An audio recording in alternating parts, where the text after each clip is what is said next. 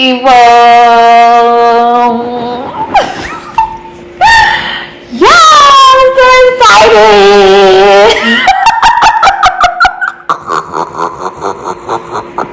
I'm so excited again.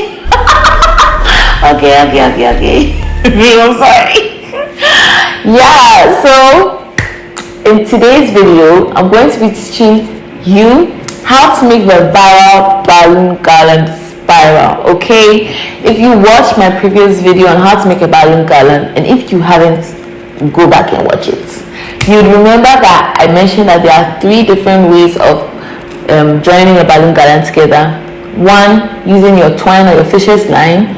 2, using your 2 stick balloons. And 3, tying the knots of the balloons together. Okay, yeah, but in this particular setup I use the twine or the fisher's line. All right, so get your balloons and let's get decorating.